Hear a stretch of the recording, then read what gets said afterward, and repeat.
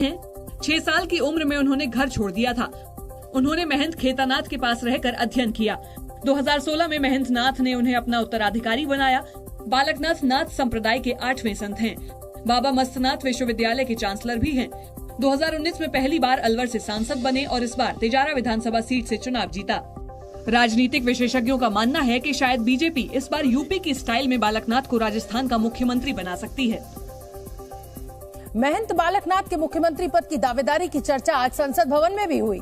संसद भवन में कांग्रेस सांसद अधीर रंजन चौधरी की मुलाकात बालकनाथ से हो गई। अधीर रंजन ने हल्के फुल्के अंदाज में उनसे मजाक भी किया। नया सीएम बन रहे हैं ना सर, सीएम बनते ही पहला काम क्या करेंगे? अरे भाई, राजस्थान के सीएम बनते हैं। राजस्थान में मुख्यमंत्री पद की रेस में 2 और अहम नाम चल रहे हैं। दोनों ही नाम राजस्थान की राजनीति के साथ साथ केंद्र की राजनीति में भी एक्टिव हैं। उनमें से एक नाम है ओम माथुर। राजस्थान में बीजेपी की जीत के साथ ही उनकी सुरक्षा कड़ी करने की खबरें आईं। इससे उनकी मुख्यमंत्री पद की दावेदारी को लेकर अटकलें तेज हो गईं। मतदान से पहले राजस्थान में पाली में हुई चुनावी रैली में प्रधानमंत्री मोदी ने ओम प्रकाश माथुर की काफी तारीफ भी की थी। ओम माथुर को पीएम मोदी का करीबी भी माना जाता है। मोदी जब गुजरात के सीएम थे तब ओम प्रकाश माथुर गुजरात के प्रभारी थे। माथुर को पीएम उन जगह भेजते हैं जहां सरकार बनाना सबसे कठिन होता है। इस बार उन्हें छत्तीसगढ़ का चुनाव प्रभारी बनाया गया और बीजेपी छत्तीसगढ़ में जीत गई। सीएम पद के लिए केंद्रीय मंत्रियों में गजेंद्र सिंह शेखावत भी दावेदार हैं। गजेंद्र सिंह शेखावत जोधपुर से सांसद हैं। हालांकि संजीवनी क्रेडिट कोऑपरेटिव सोसाइटी घोटाले में लगे आरोप उनकी दावेदारी कमजोर कर सकते हैं। राजस्थान में कांग्रेस की हार के लिए एक दूसरे पर आरोप का दौर शुरू हो गया है। अशोक गहलोत के ओएसडी लोकेश शर्मा ने राजस्थान में कांग्रेस की हार के लिए खुद गहलोत को जिम्मेदार ठहराया। और लोकेश शर्मा के मुताबिक गहलोत की हार 25 सितंबर 2022 को ही तय हो गई थी। सोशल मीडिया पर लोकेश शर्मा ने लिखा, 25 सितंबर की घटना भी पूरी तरह से प्रायोजित थी। जब आलाकमान के खिलाफ विद्रोह कर अवमानना की गई थी, उसी दिन से खेल शुरू हो गया था। लोकेश शर्मा ने गहलोत को हार के लिए पूरी तरह जिम्मेदार ठहराते हुए कहा कि पार्टी ने गहलोत के चेहरे पर चुनाव लड़ा, उन्हें फ्री हैंड दिया और उनके नेतृत्व में चुनाव लड़ा। वो हर सीट पर चुनाव लड़ रहे थे। न गहलोत का अनुभव चला, न जादू, न योजनाओं के सहारे जीत मिली। गहलोत ने पार्टी को फिर हाशिए पर ला खड़ा किया। आज तक उन्होंने पार्टी से सिर्फ लिया ही लिया, लेकिन कभी सत्ता में वापसी नहीं करा सके। अब साफ है कि राजस्थान कांग्रेस में हार के बाद सिर्फ फुटअव्वल शुरू हो गई है। मध्य प्रदेश और छत्तीसगढ़ में कांग्रेस की हार पर अखिलेश यादव ने तंज कसा। यूपी के पूर्व मुख्यमंत्री अखिलेश यादव ने कांग्रेस की हार को अहंकार की हार बताया, क्योंकि मध्य प्रदेश में कांग्रेस के साथ समाजवादी पार्टी का गठबंधन होना था, लेकिन चुनाव से ठीक पहले कांग्रेस ने गठबंधन से इनकार कर दिया था। ये बात खत्म हो गई, अब परिणाम आ गया, अहंकार भी खत्म हो गया। कांग्रेस सांसद अधीर रंजन चौधरी ने बीजेपी नेताओं पर पीएम मोदी की बात न मानने का आरोप लगाया। उन्होंने कहा कि बीजेपी नेता जबरदस्ती 3 राज्यों में मिली जीत को मोदी जी की जीत बता रहे हैं। आज मोदी जी की बात आप नहीं मानते हुए आप खुद कहते कि मोदी जी की जीत है, तो आप खुद तय कह लो कि जीत किसके है।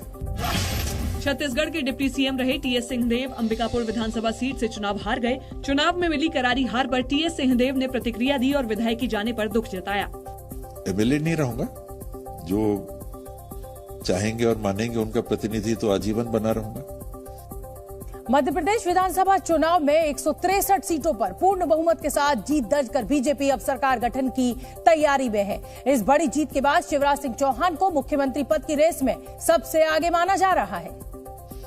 लेकिन इस बार सीएम पद के लिए शिवराज के अलावा नरेंद्र सिंह तोमर, प्रहलाद सिंह पटेल, कैलाश विजयवर्गीय और नरोत्तम मिश्रा के नामों की भी चर्चा है। हालांकि अब तक मध्य प्रदेश के सिंहासन पर बीजेपी आलाकमान किसे बिठाने की तैयारी में है, ये साफ नहीं हो पाया और न ही इस बात के संकेत मिल पाए हैं कि विधायक दल की बैठक कब होगी। भारतीय जनता पार्टी का मुख्यमंत्री बनेगा, इंतजार हम आपको और आपको करना पड़ेगा दोनों। कब तक होगी विधायक दल की बैठक? कोई मुझे लगता है ये पार्टी तय करेगी। फिर भी कुछ नाम पर सहमति बन रही है। मैं इस पर कोई टिप्पणी नहीं कर पाऊंगा। हालांकि माना जा रहा है कि पार्टी जल्द ही सीएम के नाम का ऐलान करेगी। कब तक मुख्यमंत्री का फैसला हो जाएगा? पार्टी समय पर करती है। मध्य प्रदेश की 230 सीटों पर पीएम मोदी के चेहरे पर चुनाव लड़कर बीजेपी ने कांग्रेस को 66 सीटों पर समेटकर बड़ी जीत हासिल की। मध्य प्रदेश में करारी हार के बाद कांग्रेस नेता और पूर्व मुख्यमंत्री कमलनाथ ने शिवराज सिंह चौहान से मुलाकात की, उन्हें बधाई भी दी और इस दौरान उनके साथ उनके सांसद बेटे नकुलनाथ भी मौजूद थे, जिन्होंने फूलों का गुलदस्ता देकर शिवराज सिंह चौहान का अभिवादन किया और उन्हें जीत की बधाई दी। इस दौरान शिवराज सिंह ने भी उनका स्वागत करते हुए गुलदस्ता भेंट किया और बड़े आदर के साथ वो दोनों को अपने साथ अंदर ले गए। आज मैंने उन्हें बधाई दी। मैंने उन्हें आश्वस्त किया कि हम विरोधी दल तो रहेंगे, पर प्रदेश के हित में जो भी हम कर सके मदद करेंगे। इस बीच कांग्रेस ने अपनी हार स्वीकार करते हुए जनादेश के सम्मान की बात कही, साथ ही विरोधी दल के नाते अपने कर्तव्य निभाने का भरोसा भी दिया। मध्य प्रदेश के मतदाताओं का फैसला स्वीकार करते हैं। आज विरोधी दल के नाते और आगे भी जो हमारा कर्तव्य है, हम उस कर्तव्य पर डटे रहेंगे। कमलनाथ ने विधायकों के साथ बैठकर हार की समीक्षा करने की बात भी कही।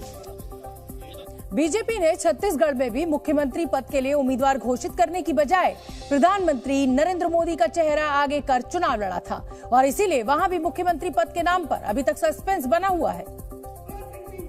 ऐसे में सवाल ये है कि बीजेपी पूर्व मुख्यमंत्री डॉक्टर रमन सिंह पर दोबारा भरोसा जताएगी या किसी नए नेता पर दांव लगाएगी। इस सवाल का जवाब तलाशने के लिए छत्तीसगढ़ के चुनाव प्रभारी ओम माथुर और मनसुख मांडविया छत्तीसगढ़ पहुंचे। वहां उन्होंने विधायकों से मुलाकात भी की, लेकिन सुबह 11 बजे होने वाली विधायक दल की बैठक स्थगित कर दी गयी। सीएम के में कई नामों की चर्चा चल रही है सर, क्या जो है चर्चा चलनी चाहिए? आपके भी नाम की चर्चा चल रही है, मैंने सुना अभी। ओम माथुर और मांडविया ने विधायकों से बात कर उनके मन को टटोला, हालांकि वो इससे इनकार कर रहे हैं। सर आज विधायकों से कुछ बातचीत हुई है? कुछ उनसे बात की, सबको कहा मिठाई खिलाई है, सबको कहा क्षेत्र में जाके धन्यवाद। दोनों प्रभारी दिल्ली लौट आए हैं। वो बीजेपी के शीर्ष नेतृत्व को रिपोर्ट देंगे और जल्द ही चुनाव पर्यवेक्षकों की नियुक्ति होगी। डॉक्टर रमन सिंह मुख्यमंत्री पद की रेस में सबसे आगे तो हैं, लेकिन उनकी दावेदारी को चुनौती देने के लिए कई उम्मीदवारों के नाम अब सामने आ रहे हैं। उनमें से एक बड़ा नाम छत्तीसगढ़ बीजेपी के प्रदेश अध्यक्ष अरुण साव का है। अरुण साव ओबीसी के साहू समाज से आते हैं। साहू समाज छत्तीसगढ़ की सियासत में मजबूत दखल रखता है। सूबे में साहू समाज की आबादी करीब 12% है। भारतीय जनता पार्टी के सरकार का नेतृत्व कौन करेंगे, ये पार्टी का विधायक दल और केंद्रीय नेतृत्व तय करेगा। अरुण साव के अलावा कलेक्टर से राजनेता बने ओपी चौधरी का नाम भी सीएम बनने की रेस में शामिल है। राजगढ़ में एक चुनावी सभा में अमित शाह ने लोगों से कहा था कि आप ओपी चौधरी को जिता दीजिए, मैं इनको बड़ा आदमी बना दूंगा। सियासी गलियारों में ऐसे भी कयास लगाए जा रहे हैं कि बीजेपी आलाकमान इस बार किसी महिला को छत्तीसगढ़ का मुख्यमंत्री बना सकता है। और अटकलों के बाजार में सबसे बड़ा नाम रेणुका सिंह का आ रहा है। रेणुका सिंह केंद्रीय मंत्री हैं। उन्होंने भरतपुर सोनहत सीट से विधानसभा चुनाव जीता है।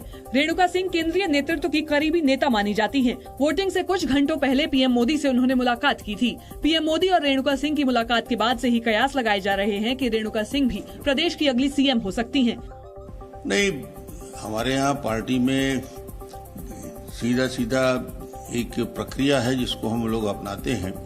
मुख्यमंत्री का कोई ऐसा दावेदार नहीं है, न कोई दावा पेश करता। विधायक दल की बैठक होगी, उसमें निर्णय हो जाएगा। एक चौंकाने वाला नाम राज्यसभा सांसद सरोज पांडे का भी हो सकता है। सरोज पांडे ने विधानसभा चुनाव नहीं लड़ा है।